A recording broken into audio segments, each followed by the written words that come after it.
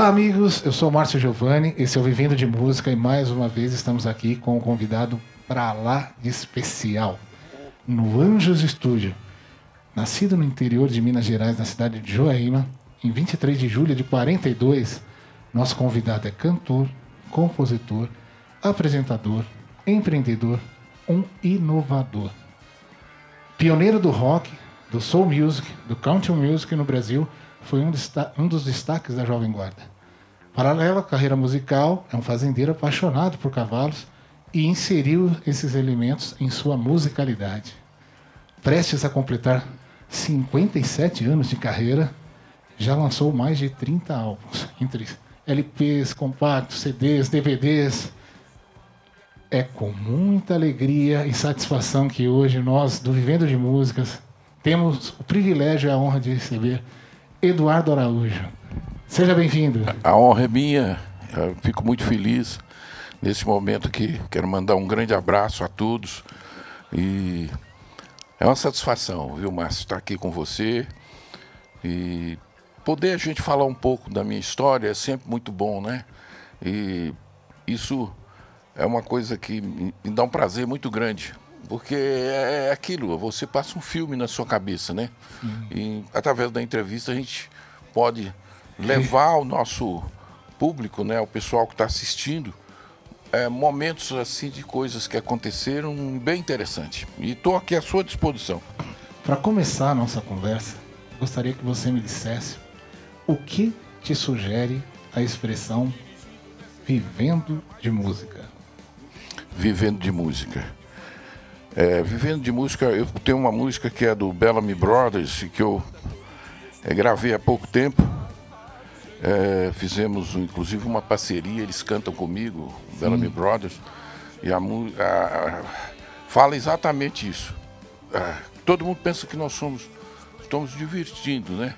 Poxa, o artista está divertindo e tal, e ele fala exatamente um raro jeito de ganhar a vida, que é muito difícil, é uma batalha muito grande, principalmente nesse nosso país, o Brasil, onde a cultura aqui é zero à esquerda, né? E geralmente não se mede as pessoas aqui pelo talento, não se mede as pessoas aqui pelo dinheiro. Como o dinheiro no nosso país faz tudo, né? Então, é difícil, mas é uma profissão prazerosa, porque você cria, você tira da sua alma aquilo que você passa para as pessoas e que podem fazer parte da vida de todos, né? Como eu tenho músicas aí que quando eu canto todo mundo fala, mas essa era minha, essa eu estava namorando, essa então, isso é muito legal mesmo. Que bacana. Bom, eu queria ir lá no comecinho da sua trajetória, né? Seu primeiro contato com o instrumento, você classificou como momento mágico. Quando João Carpina, velho tocava carpinteiro. sanfona de 8 baixos. 8 baixos. Como Januário, pai de Luiz Gonzaga. Pai de Luiz Gonzaga. E você ficava admirado e quando ele parava de tocar, você ia lá e começava a dedilhar. Começava a mexer naqueles botões para lá e para cá. E aquilo para mim, eu era muito garoto, devia ter uns 3 anos, eu não entendia bem, mas eu gostava daquilo, né? Gostava da música. E esse velho carpinteiro, que era uma pessoa da família, os empregados lá, meu pai tratava como todos fossem da família, né? Sim. E ele, quando dava assim à noite, ele pegava a sanfona e começava, tá doido trem, comprei por 10, não dou por 100, tá doido trem, moça bonita que veio de Belém, tá doido trem, capeta velho, não dou ninguém, e aí vai. E eu então aprendi a fazer isso aí. E a sanfona de 8 baixos, ela tem uma característica, né? Como o velho Januário dizia, respeite o Januário, né? Para o Luiz Gonzaga, pois você pode ser isso, pode ser trioso, pode ser tudo, mas como é que ele falava mesmo? Mas comigo ninguém pode, Luiz. Luiz, respeite os 8 baixos do seu pai. Porque você tirar música em 8 baixos é muito mais difícil porque é cheio de teclado, entendeu? Então, fez parte da minha vida a sanfoninha de 8 baixos. Maravilhoso. Aos 7 anos de idade, você fez sua primeira apresentação em um palco, representando um chefe indígena. Foi. E uma festa na escola da Fazenda Aliança. É verdade. Porque meu pai tinha escola na fazenda e as professoras faziam aquelas festas juninas, né? E faziam os alunos interpretar coisas, dança, etc e tal. E aí me puseram lá de chefe de índio, com todo bonito, e eu cantando: de chefes filhos, só temos Tupã. E era uma coisa maravilhosa, porque ao momento que eu subi no palco, eu falei: é isso que eu quero. Ali, então, foi um momento realmente mágico para mim, né? E me deu, assim, aquela, sei lá, uma luz que eu tinha que seguir. E foi aí que eu segui os meus passos, aí lá do Vale do Jequitinhonha, lá na minha pequena cidade de Joaíma, e começou a minha trajetória. Também uma coisa interessante aí da sua trajetória, né? É que o esporte perdeu um goleiro, né? Você chegou, inclusive, a jogar no infantil, no infanto juvenil do Cruzeiro. Do Cruzeiro. Na verdade, eu era muito jovem, né? Mas, modéstia à parte, um excelente goleiro que tinha um contrato de gaveta com o seu Felício Brant, na época era o presidente do Cruzeiro. Então aqueles meninos muito talentosos, eles seguravam a mãe e assinavam um contratinho lá para não ir para outro time. Uhum. E aí eu como antigamente chamava de petis, né? Era praticamente uma escola de crianças, né? Mas que disputavam um campeonato em Minas Gerais. Mas devido à minha altura e ser um goleiro assim que fechava tudo, eu sentava no banco do infanto juvenil. E depois fiquei fixo lá, durante muito tempo. Mas a minha coisa mesmo era música, né? Era música, né? Chegou um momento em que eu tinha um apelido, e esse apelido muita gente conhece porque estudou comigo, tem muita gente ainda que está por aí, e estudou comigo no Colégio Batista Mineiro, lá no Colégio Taylor Egito, na Bahia, e ele sabe qual é o apelido. Hoje eu não tenho mais um problema de falar, mas meu apelido era Chita, porque exatamente eu, como goleiro, pegava as bolas todas, pulava muito, fazia muito. E aí, esse apelido me acompanhou toda a minha vida. Era o Chita. Banda Chita Espalma, Chita Espalma. E era só Chita. Aí, quando eu cantei a primeira vez na televisão, aí foi aquela coisa, eu andando na rua, as meninas apontando e vinham falar comigo: Eduardo, Eduardo. Eu falei: mas que futebol que nada. E até, vamos dizer assim, na origem desse apelido aí, tinha, por exemplo, uma reserva florestal lá e você se exercitava lá, né? Isso e também, daí que isso aí, veio... exatamente, o apelido veio daí também. Porque na fazenda eu andava de árvore em árvore, ia num galho assim, passava para outro galho e o pessoal me dizia: isso é um macaco, não é possível. Então. E eu então, né, com aquela época tinha um grande sucesso no Tarzan, que tinha a macaquinha Chita, aí me puseram o apelido de Chita. E no gol também eu fechava o gol. Então aí virou Chita, o apelido ficou Chita mesmo. Mas depois, na frente, Eduardo, não era mais Chita, Eduardo, aquelas meninas, aquela coisa toda, mas eu, que futebol que nada, saí fora. Que legal. Eu queria saber como é que o rock apareceu na sua vida. Cara, eu na verdade fui pego, como muitos jovens da minha época, por uma onda que ela veio.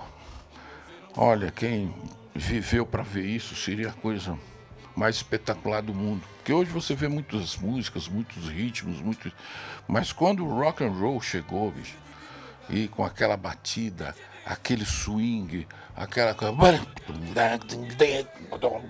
Você imagina que tudo era muito parado, as coisas eram, sabe, valsadas, de repente entra um ritmo daquele, né, que pegou a juventude assim, e eu fui um desses jovens que fui pego. E eu fiquei com essa coisa do rock and roll na minha cabeça, eu não tirei mais isso. Comprei um violão, virei o Elvis Presley da rua. Toda esquina que eu parava, eu fazia um show pra turma, andava de lambreta em Belo Horizonte, pra cima e pra baixo, parava numa esquina, eu tirava o violão, botava aqui, as meninas começavam a dançar e eu. E aí, eu tocando rock and roll o tempo todo. Aí passei a gostar do rock, né? E fiz, em Minas Gerais, realmente, eu sou o pioneiro do rock, o primeiro cantor de rock mineiro. Bacana. Você teve aula de canto e acordeon na escola Batista Mineiro, né? Isso, mas isso antes do rock. Antes do rock. É. E também o senhor Bento, que tocava na regional, né? Da Rádio Guarani, e também te deu os primeiros acordes de violão, né? Ele fazia mais aquela linha tradicional do violão, mais de, vamos dizer, de tocar chorinhos, tocar samba canção, essa coisa, né? E eu aprendi os primeiros acordes. Depois eu adaptei isso pro rock and roll. E ia embora. Foi embora. Muito bacana. Bom, ainda em Belo Horizonte, você, como já citou aqui, chegou a se apresentar na TV Itacolomi, né? E também na Rádio Inconfidência, no programa Só para Mulheres. Exatamente. Do Aldair Pinto, grande comunicador na época, era como César de Alencar, mineiro, né? E nesse programa eu me apresentava, tinha 30 minutos dentro do programa e ele me chamava do Rei do Rock de Minas Gerais. Rock de Minas Gerais. Isso. Sensacional. E era tocando ao vivo, né? Era um momento diferente, né? Um momento bem diferente, porque hoje, né, as coisas são mais gravadas, né? Naquela época, não. Naquela época era ao vivo mesmo. Eu ensaiava com uma banda que era de um contrabaixo, um teclado, só eram músicos fabulosos, né?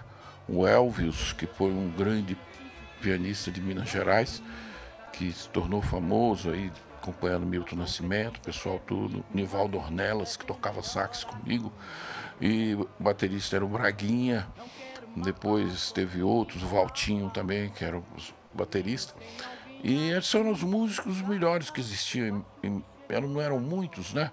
Mas esses eram excelentes, e eles me acompanhavam e fazia aquela plateia ficar em loucura, né? Uhum. E por aí começou tudo. Sensacional. Aí em 58, no período das suas férias escolar, você foi ao Rio de Janeiro, né? Para tentar participar do programa de rádio da Mayrink Veiga, né? Isso foi quando? Isso, 58. Foi verdade. E no programa chamado Hoje é Dia de Rock. Hoje é Dia de né? Rock. Apresentado pelo Jair Tamaturgo, né? Isso. Na verdade, o pessoal tem um pouquinho disso aí. O Jair depois teve programa de televisão que ele apresentava, mas esse programa era apresentado por um locutor que tinha uma voz bonita, chamado Isaac Saltman. E ele me apresentou como o rei do rock de Minas Gerais, Eduardo Araújo. Exatamente isso. Inclusive, lhe rendeu também a primeira matéria, né? Que falava numa revista, né? Revista do rádio. Ele fugiu de casa por causa do rock. Exato, porque eu fiquei numa segunda época, né? E minha família foi toda para a fazenda. E eu tive a oportunidade. Eu fiz um show para o Aldair Pinto em Ponte Nova, Minas Gerais. E por sinal, nesse dia, em Ponte Nova, depois de muito tempo que eu fiquei sabendo que eu influenciei um grande cara que é de Ponte Nova. Ele era um garotinho, né? Na época. E ele, depois de muito tempo, me lembrou desse show. Eu achei muito interessante,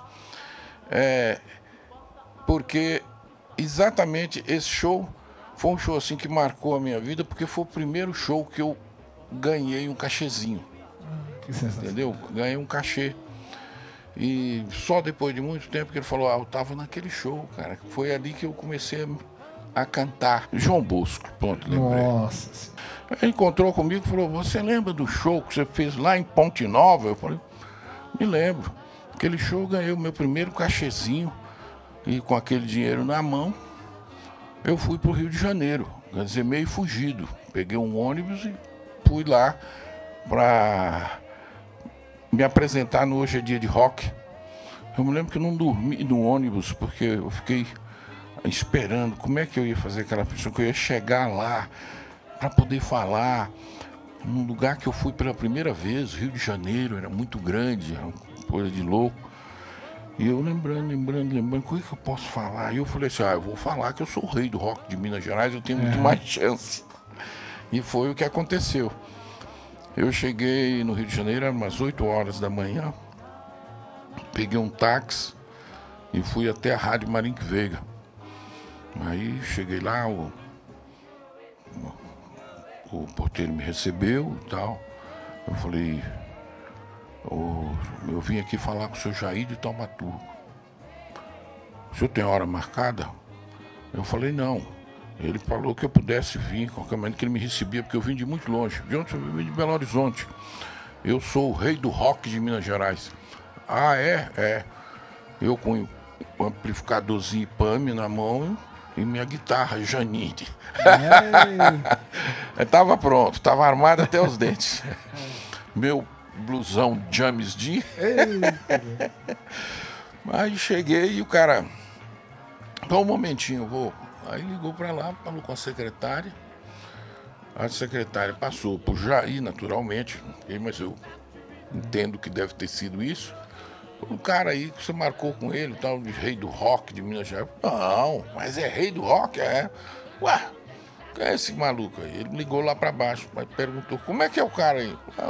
Eu vi que ele tava falando assim, olhava pra mim e falava, sim, não.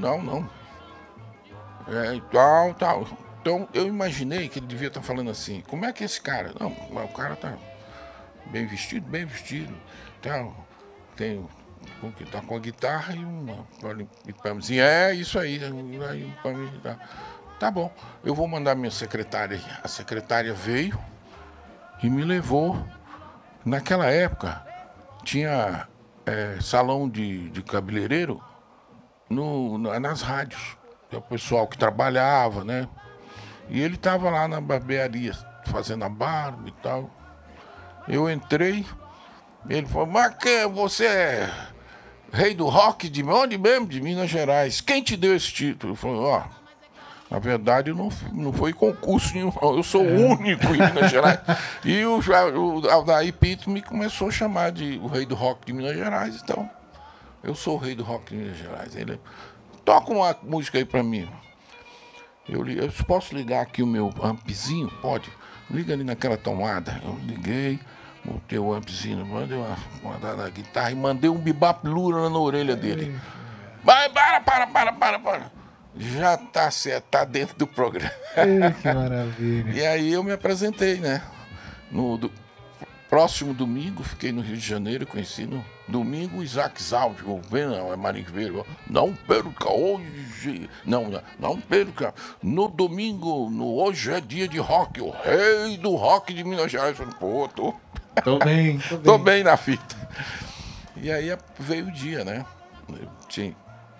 Graças ao maestro que ele me viu e tinha tempo, que foi o último a ensaiar, ele me falou, bom, você tem mais uma? Pô, nós fizemos 4 músicas ensaiadas. Ele falou, não estou falando que pode ser 1, 2, mas ele ficou imaginando que poderia ter uma reação muito grande na plateia.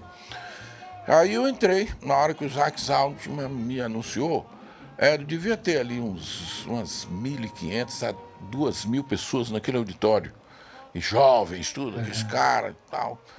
O pessoal usava muito aqueles bonezinhos de coisa e tal. E uma garotada jovem, bonita, sabe? E eu entrei assim, peguei a minha guitarrinha, coloquei assim. Ninguém aplaudiu, cara. Eu fui recebido com o maior gelo. Quem é esse cara, né? Assim, todo mundo curioso. Aí eu liguei a guitarrinha, na guitarrinha, e comecei. Aí fiz o Bebop Lula. Aí vi que o pessoal tava entrando, uma coisa, aí na hora que eu já ajoelhei, que eu tenho essa mania de ajoelhar, não sei porquê, dou aquela ajeitada assim com a guitarra na mão. Na hora que eu fiz isso, depois eu veio abraço, eu comecei a tocar a guitarra, o solo ali, e a plateia enlouqueceu. Aí eu terminei a primeira música, o Bebop Lula, cantei o Longton Sally, cantei o Tutti Frutti, e antes do Tutti Frutti, aliás, ele tinha ensaiado a música Don't Leave Me Now, com Elvis Presley, eu cantei o Don't Leave Me Now, e depois encerrei com Tutti Frutti, com uma loucura, plateia. Bom, e aí, foi aí que começou mesmo a minha carreira como... Eu falei, não, eu considero a minha carreira em 1961, porque dali eu saí contratado da gravadora Philips, imediatamente. Esse show ali, aliás, lhe rendeu 2 convites, né? Na verdade, você está bem por dentro. Eu recebi os 2 convites, porque quando eu fui despedido do Jair de Taumaturgo, isso está no meu livro aí, ó, Pelos Caminhos do Rock, né? Se o pessoal pode adquirir, que tem tudo aí. O Jair de Taumaturgo falou, não, você não pode ir. Eu falei, mas senhor Jair, vou dizer uma coisa para o senhor, vou até fugido de casa. Ele falou, não, você está sem dinheiro? Eu falei, o dinheiro que eu tinha já acabou. Ele falou, não, fica por minha conta aqui, mais uma semana, porque tem 2 gravadoras interessadas em você. E você pode escolher qual que você quer. Vai nas 2 que eu já marquei. Uma é com o Ramalho Neto e a outra é com o João Araújo. E aí eu fui, né? Na primeiro com o Ramalho Neto, na RCA Vito, na parte da manhã, e na parte da tarde eu fui na gravadora Philips, que era o João Araújo, pai do Cazuza, né? Aí o João Araújo me recebeu e falou, eu não quero saber, eu sei que você foi para outra gravadora aí, você vai ficar aqui comigo. Não adianta, o jeitão dele era bem assim também, ele era Araújo também. Eu falei, mas, João, por que você quer? Ele falou assim, porque lá tá cheio já tem cantores de rock, nós não temos ninguém. Tem uma garota aqui, que nós já contratamos, que ela vai nessa linha do rock, que é a Sônia Delfino, e estamos contratando você para investir em você. Então você vai ser o único aqui na gravadora e tal. E aí eu resolvi assinar com eles.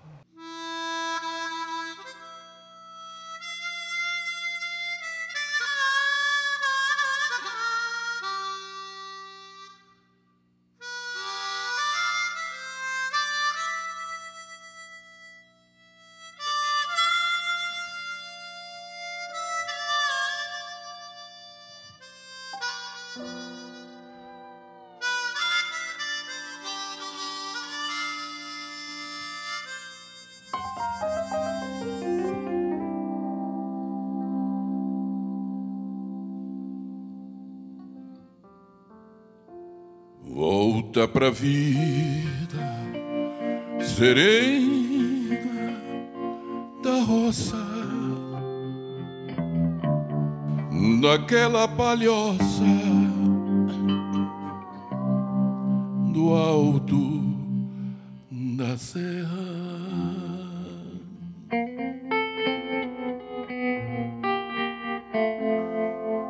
E a fonte a cantar, a água correr. Parece que alguém que cheio de mar deixa-se quem há de dizer a saudade no meio da água rolando também. E a fonte a cantar, e a água correr. Parece que alguém que cheio de mágoa deixa-se quem há de dizer a saudade no meio da água rolando também. Eu não quero outra vida pescando no rio de Jereré. Tem peixe bom de siripatola que dá com o pé. Aí eu não quero outra vida pescando no rio de Jereré. Tem peixe bom de siripatola que dá com o pé. Quando no terreiro as noites de lua vem a saudade me atormentar. Eu vivi com ela tocando viola de papo. Oh, Maringa, Maringa. Depois que tu partiste, tudo aqui ficou tão triste que eu carreguei a imagem lá.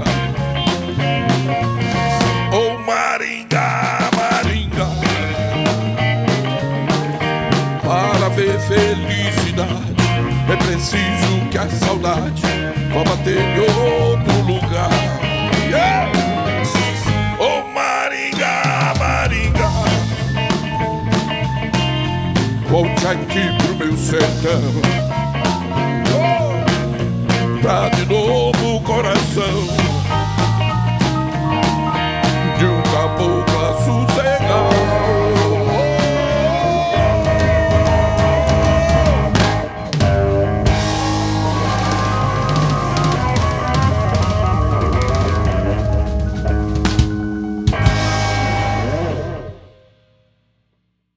Você já havia conhecido o Carlos Imperial em Minas Já. Gerais, né?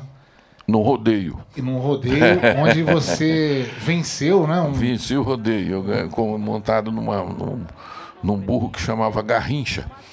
E o burro derrubava todo mundo. E eu montei nesse burro e o burro saltou, saltou, saltou e eu fiquei em cima do burro. E eu tinha oferecido aquela... Porque o Carlos Imperial estava namorando uma filha de um coronel lá famoso da nossa região.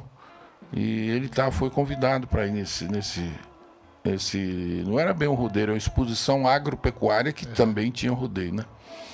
E aí foi aquela coisa maravilhosa e eu resolvi oferecer o Carlos Imperial estava lá, eu falei assim, vou oferecer a minha montaria para o Carlos Imperial. Eu tinha montaria para ele.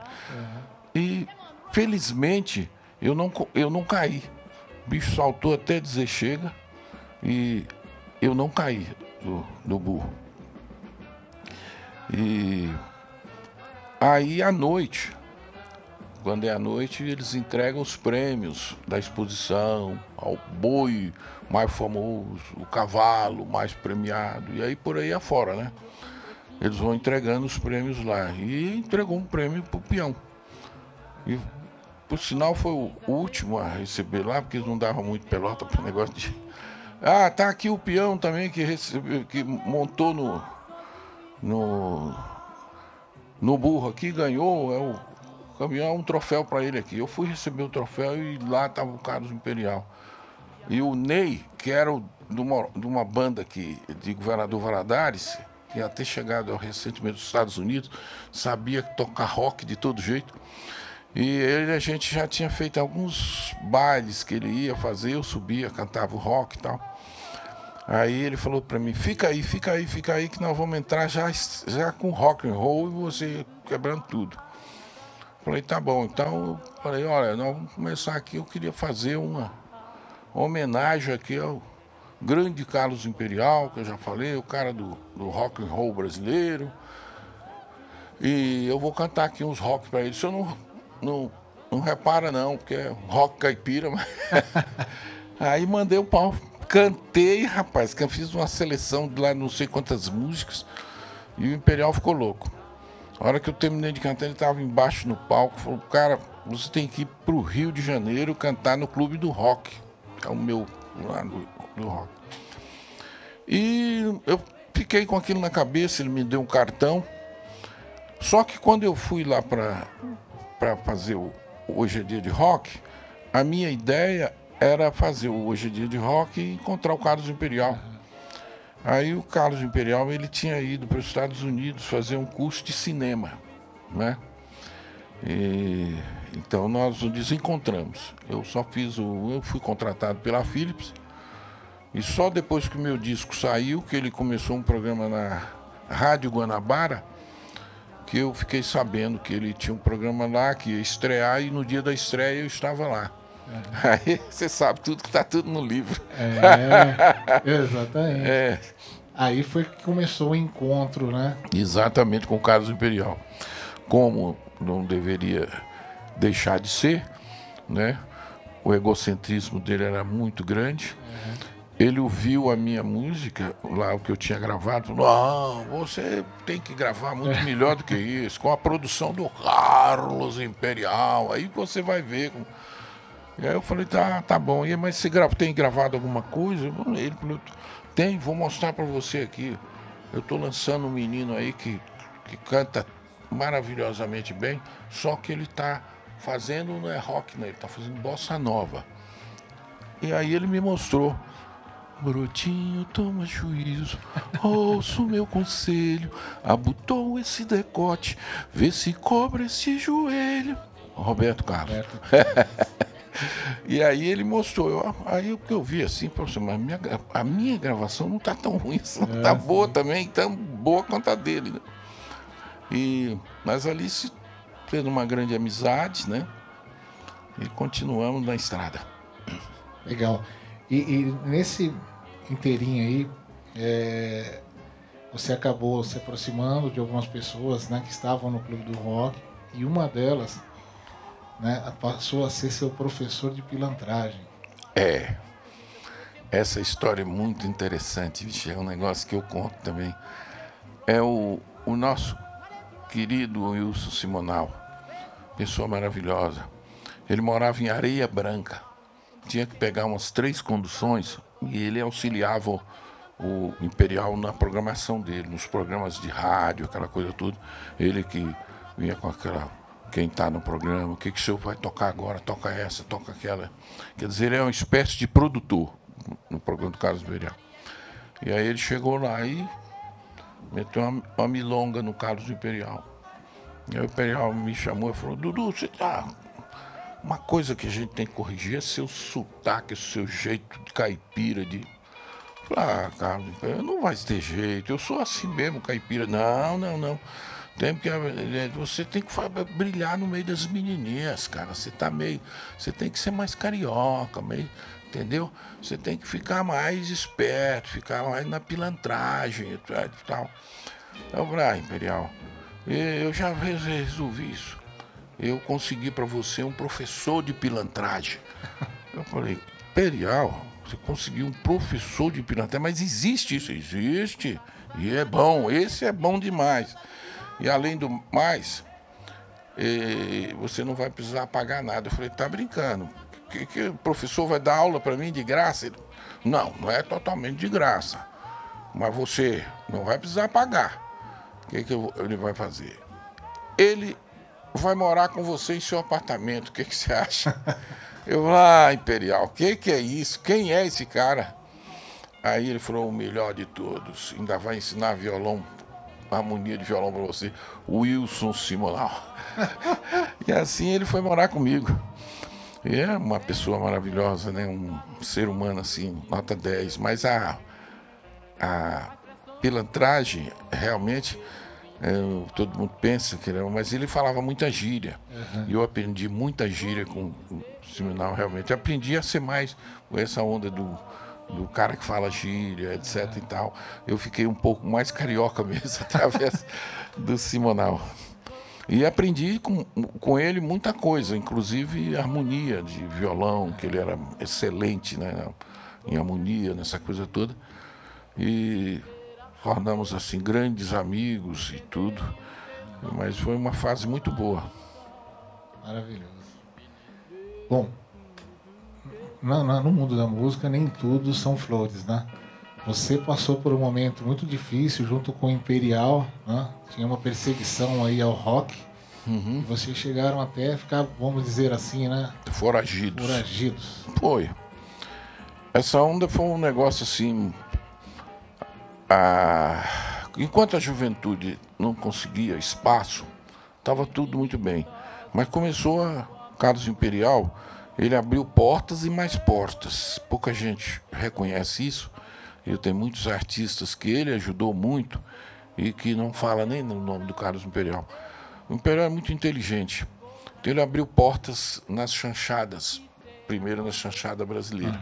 Como é que ele fazia isso? Ele colocava a gente cantando nos filmes, porque com essa coisa dele de cinema, essa coisa toda, botava a gente dentro do estúdio do J. Betanco, do Herbert Richa, E a gente entrava nesses programas aí. E aos poucos nós começamos a crescer, a incomodar. Já começamos, tem uma história interessante que o Chacrinha quebrava os discos da gente. Quebrava, fazia aquela palhaçada que ele fazia. Ah, isso não é música, e papi, papapá. E por isso ele começou a receber muita carta no programa dele, contrário a isso. Falando, não, seu Hélio Guerreiro, você não pode fazer isso, etc e tal. E aí um dia o Imperial convidou ele para ir na casa dele, que ele ia oferecer. O Imperial é uma família muito rica, o pai era banqueiro, morava num triplex de um andar inteiro em Copacabana, ali na esquina da Barata Ribeiro com Nossa Senhora de Copacabana, é isso? Acho que não, Barata Ribeiro com Nossa Senhora de Copacabana, isso mesmo. E aí, o que aconteceu? O Chacrinha chegou e veio, ele veio lá, tal, Imperial, e recebeu muito bem, jantar, aquela coisa toda. Aí o Imperial virou pro Chacrinha e falou assim, Chacrinha, você tá na contramão da sua carreira. Como que eu tô na contramão? Você tá quebrando o disco dos jovens. O tempo mudou, Chacrinha. Hoje, você não vai conseguir parar essa juventude, esse pessoal arcaico que está atrás de você. Esse pessoal tem que pendurar chuteira. Você tem que elogiar esses jovens, tem que fazer esses jovens para você. Aí o Chacrinha falou, mas o Imperial, você está brincando comigo? O pessoal adora que eu quebro os discos de vocês lá. Ele falou, não, você está muito enganado. O pessoal assiste e debocha muito de você. Você podia fazer uma experiência. E o Chacrinha, na hora que ele saiu, ele falou, Imperial, ouça o programa amanhã. E aí nós ligamos para ver. E ele começou só a tocar rock and roll no programa, e elogiando o cara. Era aquele jeitão dele de fazer a coisa, e começou a tocar os nossos discos. Então abriu portas. Cada hora um Zé Messias, era um grande também do rádio, abriu as portas, começou a fazer essa parte mais de música jovem e começou a tomar conhecimento. Quando a coisa ficou de uma tal forma incomodando aquele pessoal mais tradicional, é que foi inventar esse processo de corrupção de menor, que nós éramos corruptores de menor. Aí foi uma maldade incrível, pegaram as meninas que estavam de São Paulo lá e fizeram essas meninas falarem, acusar os caras, coisa bem de... Então ela foi falando quem eram os caras que tocavam música jovem, até o Chacrinha, o Luiz de Carvalho, que era o maior disc jockey, e que ele começou a nos programas dele a ter um espaço para a juventude, e ele virou sabe, o maior ídolo na Rádio Globo, o maior audiência do rádio e tal. Tinha outro que era um nome, e Jesse, que era famoso também. E essas pessoas todas entraram nesse processo de corrupção de menor. E eu, com o rei da pilantragem, claro que ia entrar também, né? Morava eu com ele, né? Eu entrei nessa também. E aí houve aquela coisa, o Erasmo também entrou, muita gente, né? Então ficou aquela confusão. Até hoje eu não sei como é que... Porque nós fugimos, eu e o Carlos Imperial, fomos para a fazenda, né?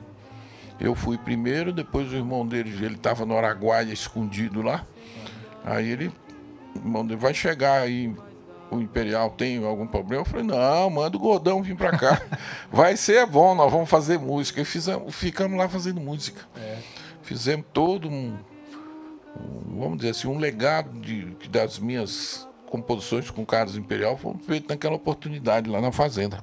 Que legal. Sensacional. Bom, até técnico de futebol ele foi aí nesse período. Foi. O Carlos Imperial era um cara incrível, bicho. Ele quando em 1960, eu não me lembro que era 60, logo depois que eu gravei o primeiro disco, devia ser em 61, aí que ele voltou. Devia ser 61 que eu lancei no começo. O primeiro disco saiu em fevereiro de 60, né? Em fevereiro de 60, mas aí começa a divulgação, essa coisa 61. Toda.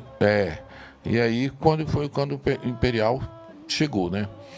E ele retornou e começou com um programa na Rádio Guanabara.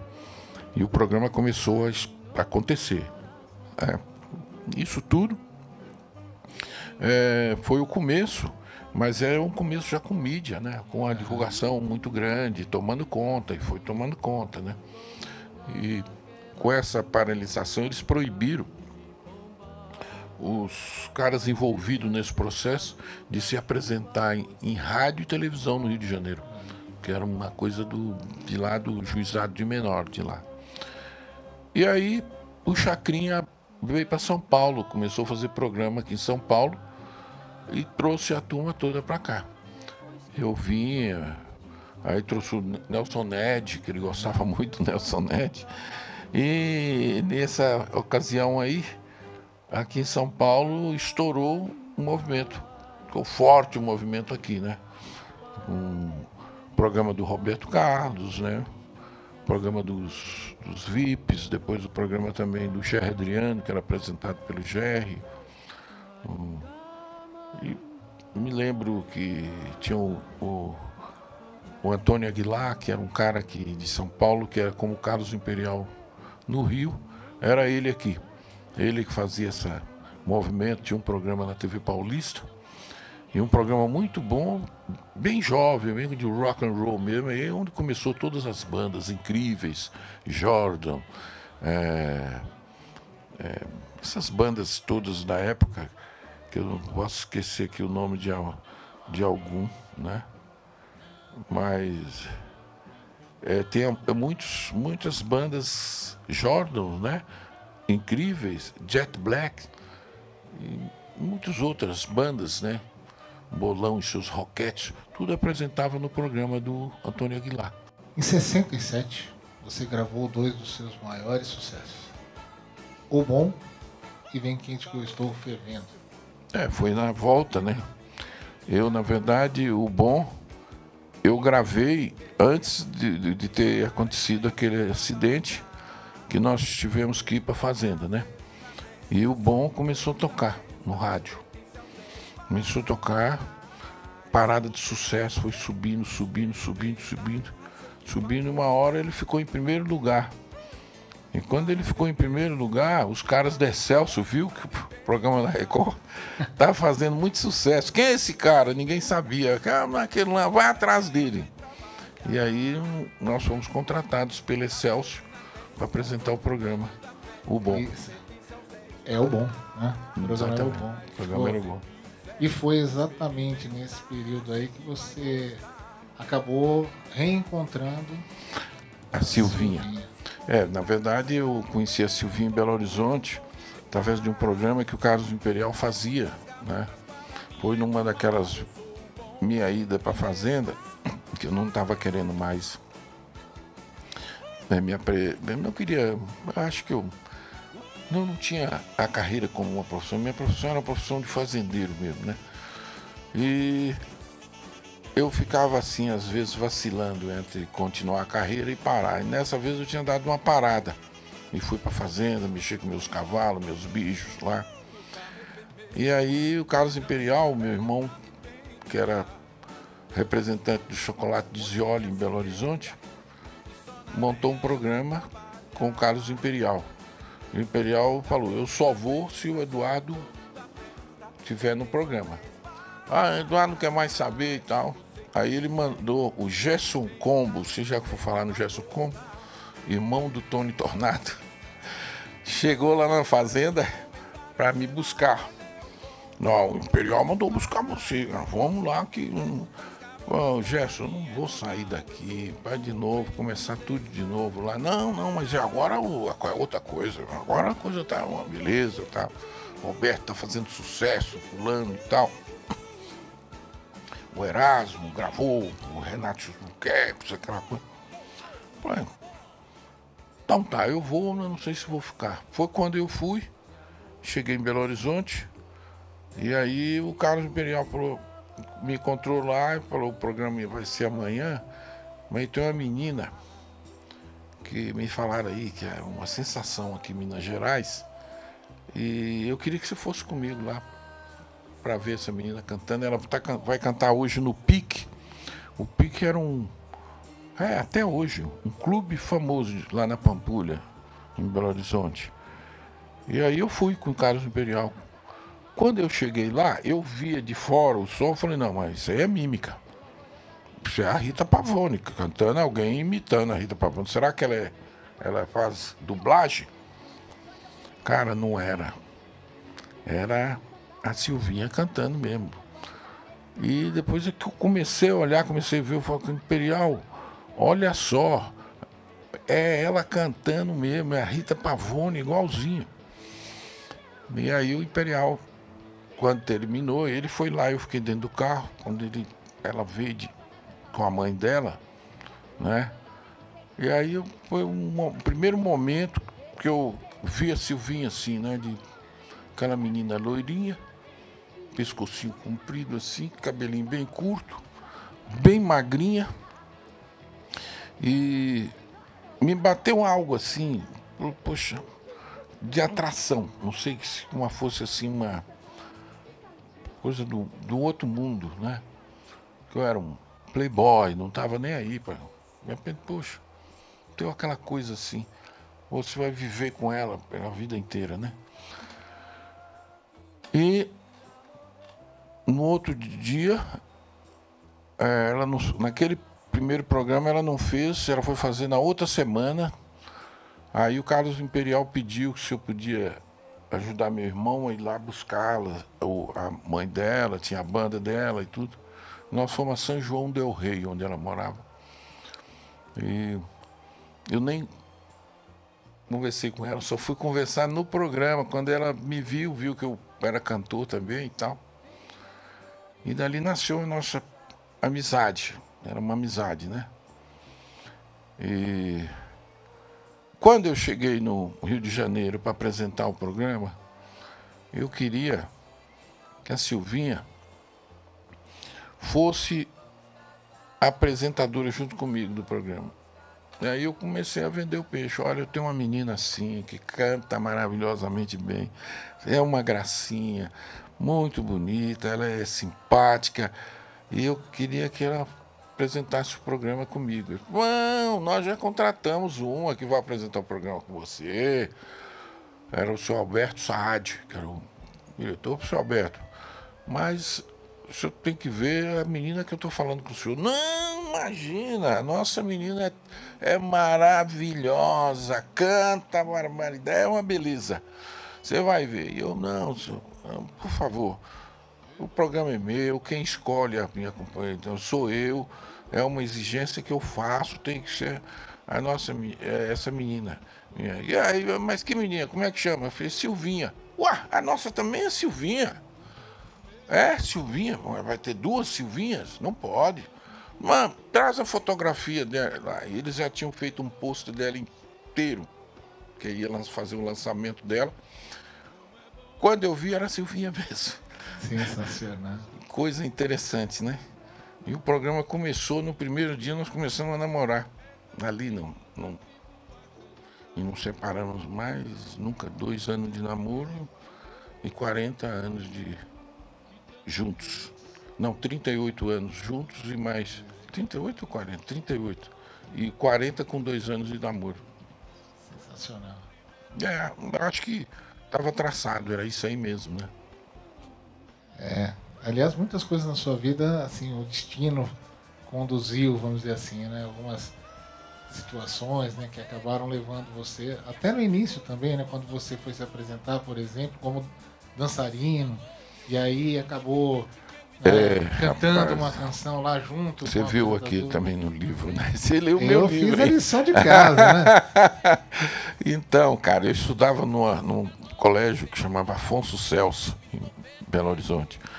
E eu, com esse negócio de tocar violão nas esquinas, junto com meus colegas que andavam comigo, que era chamar Juventude Transviada. Era um problema, as pessoas não gostavam, chamava a polícia para ir lá tirar a gente, aquela coisa toda. E aí a TV Itacolomi fez um programa que chamava-se Música ao Redor do Mundo, apresentado por uma vedete, uma apresentadora muito bonita que chama Rosana Tapajós. E eu tô lá no meu colégio, naquele dia eu tive uma briga com um colega, uma briga boba, começou uma discussão lá, briga, e foi aquela briga, pancada pra lá, porrada pra lá, pra cá. E eu fui ali separado e eu fui pra aula, pra minha sala de aula e tô lá. De repente chega a senhora chamando o senhor Eduardo Araújo, o senhor tá chamando na diretoria. Eu falei, pô, já vou ser expulso mais Eu uma vez. sei. Aí fui. Quando eu cheguei lá, o diretor me respondeu, "Ô, Eduardo, esse é o nosso talento, é o nosso artista aqui da nossa canto e tal. Então, esses senhores aqui são da TV Itacolomi, fizeram um convite para você e tal." Não é convite para mim, é. Eu falei, mas que estranho, o que é isso? Eu falei, qual é o convite? Não, o programa. Eu já sabia que esse programa é líder de audiência. O programa hoje vai fazer uma homenagem aos Estados Unidos. E aí nós pesquisamos e vemos em você, porque todo mundo falou que era você, uma pessoa que mais de rock e tal. E você vai dançar com a Rosana Tapajós, lá da televisão. Falei, tá brincando? Lá e tal. Então nós viemos aqui para buscar você. Você ia até lá, conheceu o Frederico Chateaubriand, que era o diretor da TV Itacolomi, era família, inclusive, do Chateaubriand, e ele que era o diretor do programa. Aí ele chegou, me explicou, tava uma super banda lá, bicho, aquela banda com não sei quantos elementos, sabe? Tudo com ação. O programa era um programa riquíssimo, pra época era muito rico. Era um programa dele, né? E aí chegou os músicos, começou a chegar o pessoal e tal. E aquele era o seguinte, você ensaiava muito, porque não podia errar. Não é como hoje, gravando, não, não tinha isso. Na hora que começa tem que ir até o fim. Então, eu ensaiava, aquele dia só foi para ensaiar. Aí no outro dia eu voltava, tornava a ensaiar, aí que fazia o programa ao vivo.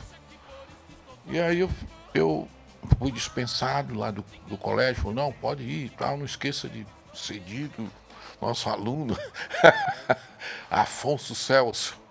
E aí me apresentei junto com essa.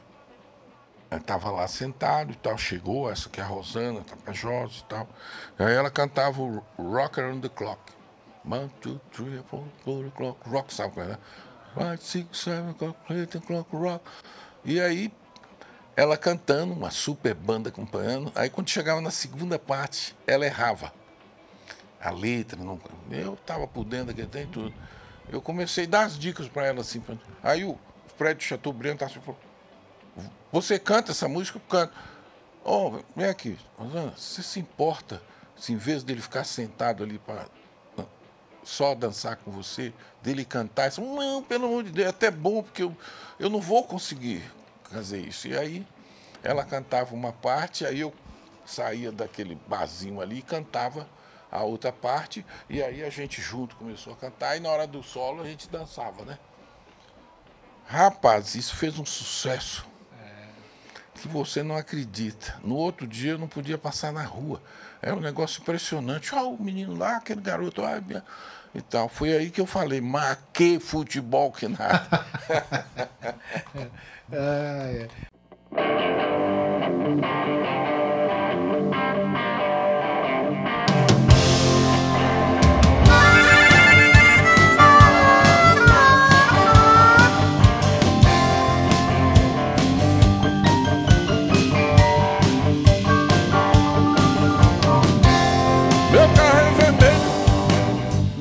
espelho pra me pentear, botinha sem meia e só na areia eu sei trabalhar. Cabelo na testa, sou dono da festa, pertence aos 10 mais. Se você quiser experimentar, sei que vai gostar. Quando eu apareço, o comentário é geral. Ele é o bom demais. Tem muitas garotas, para mim é normal. Eu sou bom, é tudo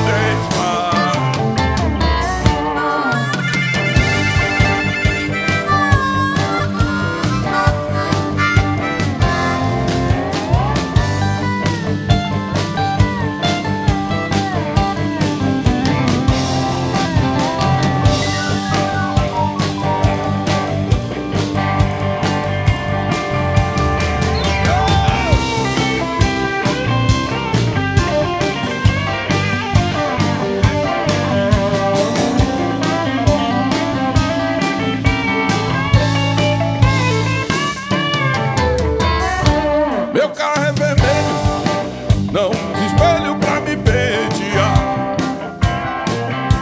botinha sem meia e só na areia e eu sei trabalhar. Cabelo na testa, sou dono da festa, pertence aos 3 mais. Se você quiser experimentar, sei que vai gostar. Quando eu apareço, o comentário é geral. Ele é bom demais. Tem muitas garotas, para mim é normal. Eu sou bom, é